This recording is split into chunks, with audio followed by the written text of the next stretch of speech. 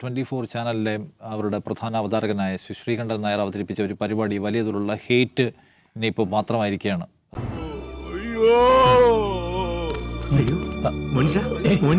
ഹിന്ദു ഐക്യവേദിയിലൊക്കെ നേതാക്കന്മാർ പോലും അദ്ദേഹത്തിനെതിരെ രംഗത്ത് വന്നിരിക്കുന്നതാണ് നമ്മൾ കാണുന്നത്. ഭഗവാനെ ഈശ്വര, നല്ലത് ചെയ്താൽ നല്ലത് കിട്ടണേ. റമദാൻ കാലത്ത് നിങ്ങൾക്ക് ഈ മഗ് ഒഴിവാക്കിക്കൂടെ എന്ന ഒരു ഐഡിയിൽ നിന്നൊരാൾ ചോദിച്ചു.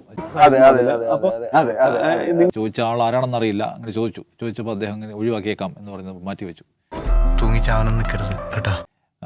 പരിധി കഴിഞ്ഞ് എന്തൊക്കെയോ തരത്തിലുള്ള വർത്തമാനത്തിലേക്കും പ്രചാരണത്തിലേക്കും അത് പോവുകയാണ്. ഞാൻ പറഞ്ഞിട്ട് വേണം ഞാൻ പറഞ്ഞു എന്ന് പറയാം. അപ്പോൾ എന്തൊക്കെ ചെറിയ ചെറിയ കാര്യങ്ങളാണ് നമ്മുടെ സമൂഹത്തിൽ വളരെ പെട്ടെന്ന് അഗ്നിയായി പടരുന്നത് എന്ന് നോക്കൂ.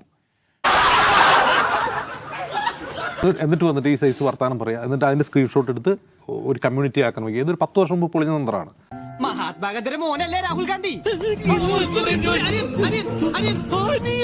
നോമ്പ് കാലത്ത് ഒരാൾ ചായ കുടിക്കുന്നത് കണ്ടു എന്ന് കരുതി ഏതെങ്കിലും നോമ്പുകാരൻ്റെ വികാരം ഉണപ്പെടുകയോ അയാളുടെ നോമ്പ് പോവുകയോ അല്ലെങ്കിൽ അയാളുടെ മതവികാരം പൊട്ടിയൊലിക്കുകയോ ഒന്നും ചെയ്യുന്നില്ല. നിനക്കൊന്നും അറിയില്ല, കാരണം എനിക്ക് ബീഫുമായി ബന്ധപ്പെട്ട പ്രശ്നം എന്താണ് എന്ന് ഇവർക്ക് അറിയാത്തതാണോ അല്ലെങ്കിൽ അറിയാത്തതായിട്ട് നടിക്കുകയാണോ? അല്ല, നമ്മളൊരു ചോദ്യം ചോദിക്കുകയാണ്. എൻ്റെ ഇത്ര നാളത്തെ ജീവിതത്തിൽ ഒരു നോമ്പുകാരൻ മറ്റൊരാൾ ഭക്ഷണം കഴിക്കാനായിട്ട് അയാൾക്ക് എന്തെങ്കിലും പ്രശ്നമുള്ളതായിട്ട് ആ പ്രശ്നം രേഖപ്പെടുത്തപ്പെട്ടതായിട്ട് ഞാൻ ഇന്നുവരെ കണ്ടിട്ടില്ല.